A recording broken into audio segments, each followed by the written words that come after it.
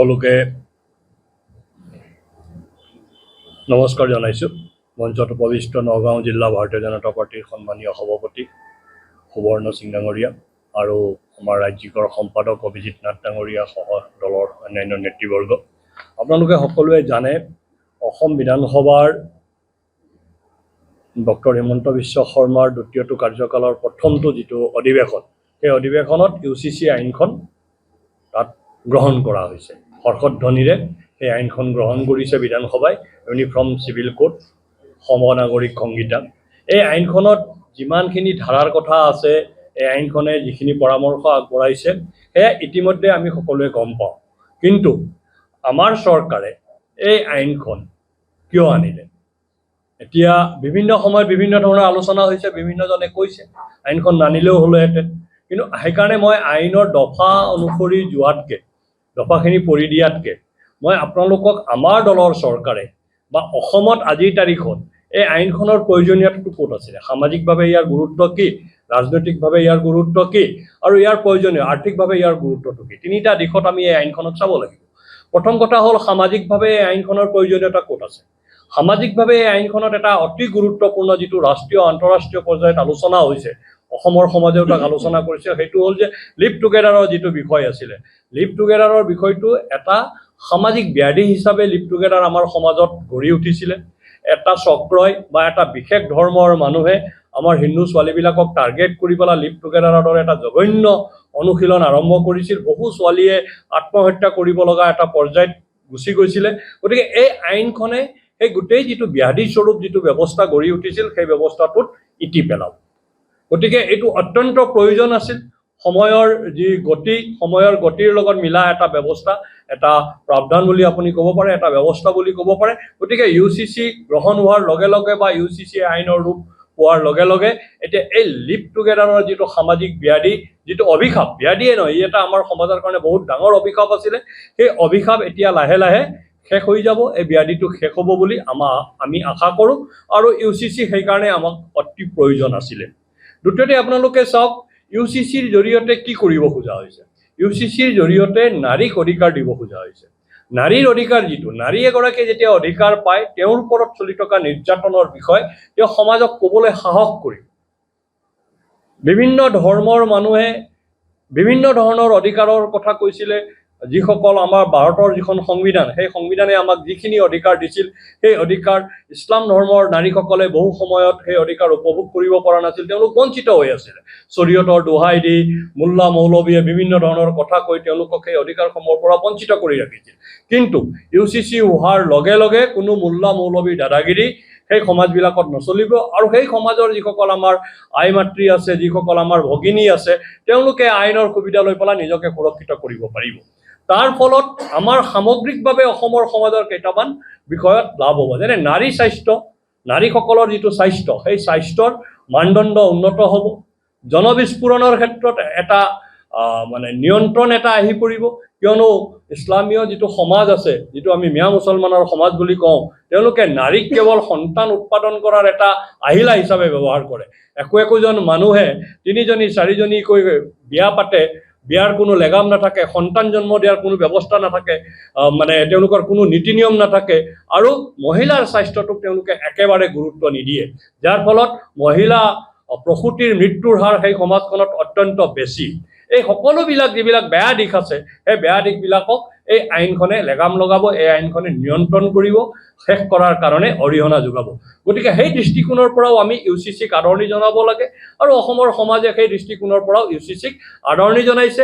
আৰু এই আইনখন অসমৰ বা ভাৰতবৰ্ষৰ ক্ষেত্ৰত যদি আপোনালোকে চায়, যে হিন্দু বা অমুছলমান মহিলাৰ কাৰণে যিমান লাগতিয়াল বা যিমান আশীৰ্বাদ, তাতোতকৈ বেছি ডাঙৰ আশীৰ্বাদ মুছলমান মহিলাৰ কাৰণে হ'ব বা হৈছে। সেইকাৰণে তেওঁলোকে মুছলমান সমাজৰ যিসকল শিক্ষিত মহিলা আছে, যিসকলে নাৰী অধিকাৰক লৈ কাম কৰে, তেওঁলোকে ইয়াক আদৰণি জনাইছে। এই আইনখনে আটাইতকৈ বেছি উপকৃত কৰিব মুছলমান সমাজক। গতিকে এই আইনখনৰ জৰিয়তে চব কেইটামান বিশেষ পইণ্ট মই আপোনালোকক উল্লেখ কৰিছোঁ। এটা হ'ল যে মহিলা সবলীকৰণ, জনসংখ্যা নিয়ন্ত্ৰণ, জনবিস্ফোৰণ নিয়ন্ত্ৰণ, আৰু জনসংখ্যা আৰু জনবিস্ফোৰণ নিয়ন্ত্ৰণ হোৱাৰ লগে লগে আমাৰ সমাজত যিটো ৰাজনৈতিক আগ্ৰাসনৰ যি এটা গোপন ষড়যন্ত্ৰ অসমীয়া সমাজৰ বিৰুদ্ধে চলি আছে, সেই ৰাজনৈতিক ষড়যন্ত্ৰ যিটো ৰাজনৈতিক আগ্ৰাসনৰ ষড়যন্ত্ৰ, সেই আগ্ৰাসনৰ ষড়যন্ত্ৰটোকো আমি কিছু পৰিমাণে নিয়ন্ত্ৰণ কৰিবলৈ সক্ষম হওঁ। ইয়াৰ আগতে যেতিয়া উচ্ছেদ অভিযানবিলাক চলিছিল, নগাঁও জিলা তাৰ কাৰণে বহুত ডাঙৰ এটা ভুক্তভোগী জিলা, যেতিয়া সৰু পথাৰত উচ্ছেদ হৈছিল বা গোলাঘাট জিলাৰ বিভিন্ন প্ৰান্তত উচ্ছেদ হৈছিল, তাত উচ্ছেদিত মানুহবিলাক কলৈ গুচি আহিছিলে? নগাঁও জিলাৰ চৰ চাপৰিলৈ গুচি আহিছিল, কিয়নো ইয়াত তেওঁলোকৰ ঘৰ বাৰী আছে। অৰ্থাৎ এটা পৰিয়াল নগাঁৱত আছে, দ্বিতীয়টো পৰিয়াল বা দ্বিতীয়জনী পত্নী বা তৃতীয়জনী পত্নী তেওঁলোকে গোলাঘাটৰ অসম নাগালেণ্ড সীমান্তত তাত সংসাৰ পাতিছিলে। যে এই যে এটা পৰিয়াল এখন গাঁৱত ৰাখি আন এখন গাঁৱত আৰু এখন পৰিয়াল পতা, এটা অঞ্চলত বা এটা বিধানসভা সমষ্টিত এটা পৰিয়াল, আন এটা বিধানসভা সমষ্টিত আন এটা পৰিয়াল, এই যে যিটো কাৰবাৰ এটা সামাজিকভাৱে ই এটা ব্যাধি, ৰাজনৈতিকভাৱে ই প্ৰত্যাহ্বান আমাৰ সমাজৰ কাৰণে। এই সামাজিক ব্যাধি আৰু ৰাজনৈতিক প্ৰত্যাহ্বানক নিয়ন্ত্ৰণ কৰাৰ ক্ষেত্ৰতো UCC আইনখনে কিছু পৰিমাণে আমাৰ সমাজক সহায় কৰিব আৰু ই আমাৰ কাৰণে সহায়ক হিচাপে দেখা দিব। সেইকাৰণে আমাৰ সমাজে UCC আইনখনক আদৰণি জনাইছে আৰু ভাৰতীয় জনতা পাৰ্টীয়ে সেই পটভূমিত থিয় হৈ আমাৰ দলৰ চৰকাৰে মাননীয় মুখ্যমন্ত্ৰী ডক্টৰ হিমন্ত বিশ্ব শৰ্মাৰ বলিষ্ঠ নেতৃত্বত UCC আইনখন বিধানসভাৰ মজিয়ালৈ আনিলে আৰু বিধানসভাই তাক গ্ৰহণ কৰিলে। UCC আইনৰ জৰিয়তে আপোনালোকে যদি চাই, একাংশ লোকে অভিযোগ তুলিছে যে আইনখনে জনজাতীয় মানুহক সামৰা নাই। আপোনালোকে যদি চাই আমাৰ জনজাতীয় সমাজখনত না আপুনি নাৰী সুৰক্ষাৰ কথা ক'ব লাগে, না জনসংখ্যাৰ কথা ক'ব লাগে, না আন কিবা কথা ক'ব লাগে। অসমৰ জনজাতীয় সমাজ আটাইতকৈ বৈজ্ঞানিক সমাজ। তেওঁলোকে না বহুবিবাহ পাতে, না তেওঁলোকৰ অধিক সন্তান আছে, না তেওঁলোকৰ অন্য ধৰণৰ সামাজিক ব্যাধি আছে। গতিকে সেই সমাজখনক এই আইনখনৰ পৰা সেই পটভূমিত ৰেহাই দিয়া হৈছে।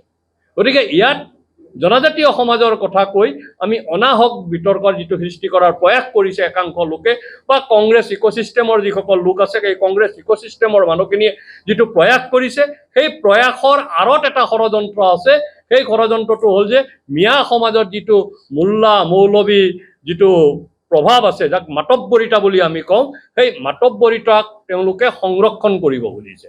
সেই সংৰক্ষণৰ বিৰুদ্ধেও এই আইনখন এটা বহুত ডাঙৰ এটা অস্ত্ৰ, বহুত ডাঙৰ এটা আঘাত বুলি আমি বৰ্ণনা কৰিব পাৰোঁ। চাওক আৰ্থসামাজিক দিশত স্বাস্থ্যজনিত দিশটোকে যদি আপুনি চায়, যে এজনী মহিলাই যেতিয়া 5 বছৰত 3টা সন্তান জন্ম দিয়ে, সন্তান 3টা জন্ম দিয়াৰ লগে লগে প্ৰথম প্ৰশ্নটো আহি পৰে মহিলাজনীৰ স্বাস্থ্যৰ ওপৰত। দ্বিতীয় প্ৰশ্নটো আহি পৰে ঘৰখনৰ অৰ্থনীতিৰ ওপৰত। 3টা সন্তানক পোহপাল দিয়া, 3টা সন্তানক স্বাস্থ্যৱান কৰি ডাঙৰ দীঘল কৰা আৰু তেওঁলোকৰ শিক্ষা সুনিশ্চিত কৰা, এই বিষয়টো যেতিয়া আহি পৰে তেতিয়া এটা বেমেজালিৰ সৃষ্টি হয়, দৰিদ্ৰতা বৃদ্ধি পায়। আপুনি চাব যে যিসকল লোকক টাৰ্গেট কৰি বা যিসকল লোকৰ উন্নয়নৰ কথা চিন্তা কৰি এই আইনখন অনা হৈছে, তেওঁলোকৰ সমাজত দৰিদ্ৰতা কেনেকুৱা আছে, সেই দৰিদ্ৰতাৰ পৰা মুক্ত কৰাত ই সহায় কৰে। মাতব্বৰিতা আছে চৰ চাপৰি অঞ্চলত বা মিয়া সমাজত, সেই মাতব্বৰিতাই কি কৰে? সেই মাতব্বৰিতাই তেওঁলোকে শৰীয়তখন জাপি দিব বিচাৰে। শৰীয়তৰ চিন্তাধাৰা তেওঁলোকে সমাজৰ ওপৰত জাপি দিব পাৰে। UCCয়ে তাক অস্বীকাৰ কৰে, তাক নামানি সংবিধান আৰু আইনৰ এটা কভাৰ বা তেওঁলোকক সংবিধান নাইবা আইনৰ জৰিয়তে মানুহখিনিক সুৰক্ষিত কৰাৰ কাৰণে সুবিধা কৰিব UCCয়ে। গতিকে UCCৰ জৰিয়তে আমাৰ সমাজে নাৰী সবলীকৰণ, মিয়া অঞ্চলৰ মাতব্বৰিতা আৰু সামাজিক ৰাজনৈতিক আগ্ৰাসন জনবিস্ফোৰণৰ জৰিয়তে যিটো হৈছে, ইতিমধ্যে হৈ গৈছে। আমি প্ৰায় 13খন জিলাত আধিপত্য হেৰুৱাইছোঁ অসমৰ। সেই আধিপত্য যাতে আৰু অধিক জিলালৈ সম্প্ৰসাৰিত নহয়, তাৰ কাৰণে ই এটা ৰক্ষা কৱচৰ কাম কৰিব বুলি আমি আশা কৰোঁ। আৰু সেই আশা কৰিয়েই ভাৰতীয় জনতা পাৰ্টী নেতৃত্বাধীন NDAৰ 102জন বিধায়কে বিধানসভাত হাত চাপৰি বজাই হৰ্ষধ্বনিৰে এই আইনখন গ্ৰহণ কৰিছে আৰু অসমৰ জনসাধাৰণে এই আইনখনক গ্ৰহণ কৰিছে। গতিকে থুলমূলকৈ যদি UCCৰ পক্ষত আমি ক'ব লাগে, এইখিনিয়ে আমাৰ সামাজিক ৰাজনৈতিক বিষয়। এই বিষয়খিনিকে আমি আগলৈ আগবঢ়াই লৈ যাম। সমাজৰ একেবাৰে অন্তিম পৰ্যায়, গাঁৱৰ অন্তিমখন ঘৰলৈকে আমি UCCৰ প্ৰয়োজনীয়তা সম্পৰ্কত আমি মানুহৰ ওচৰলৈ লৈ যোৱাৰ কাৰণে প্ৰয়াস কৰিছোঁ। ইতিমধ্যে ৰাইজে নিজে নিজে ইয়াক আগবঢ়াই লৈ গৈছে।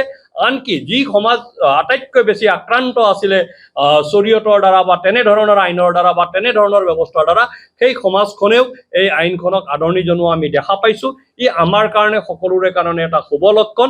আৰু এই আইনখনৰ জৰিয়তে আমি যেনেকৈ মুছলমান সমাজত মুছলমান নাৰীক সুৰক্ষিত কৰিম, ঠিক সেইদৰে আমাৰ সামগ্ৰিকভাৱে অসমৰ যিটো সমাজ ব্যৱস্থা আছে সেই সমাজ ব্যৱস্থাত নাৰীৰ নেতৃত্বত সমাজ আগবাঢ়ি যোৱা, নাৰীৰ নেতৃত্বত ৰাজনীতি আগবাঢ়ি যোৱা, নাৰীৰ নেতৃত্বত অৰ্থনীতিয়ে নতুন ৰূপ গ্ৰহণ কৰা, নাৰীৰ নেতৃত্বত এটা ব্যাপক সামাজিক পৰিৱৰ্তন হোৱাৰ যিটো ব্যৱস্থা বা যিটো আশা আমাৰ ভীমৰাও আম্বেদকাৰে যিটো আশা 1950 চনত দেখা পাইছিলে, যিটো আশা ভাৰতীয় জনতা পাৰ্টীয়ে 1980 চনত মুম্বাইত ঘোষণা কৰিছিল, সেই আশা এই আইনখনৰ জৰিয়তে, সেই সপোন এই আইনখনৰ জৰিয়তে এতিয়া ৰূপান্তৰিত হোৱা বা বাস্তৱত ৰূপান্তৰিত হোৱাৰ আমি তাৰ এটা জিলিঙনি দেখা পাইছোঁ। গতিকে এই আইনখনে আমাৰ সমাজত এটা দাপোন স্বৰূপ হিচাপে এটা নতুন দিগন্তৰ সূচনা কৰিব বুলি আশা কৰি মই আপোনালোকৰ সন্মুখত UCC সম্পৰ্কে আমাৰ দলৰ যিটো ৰাজনৈতিক বক্তব্য সেই ৰাজনৈতিক বক্তব্য দাঙি ধৰিম। ধন্যবাদ।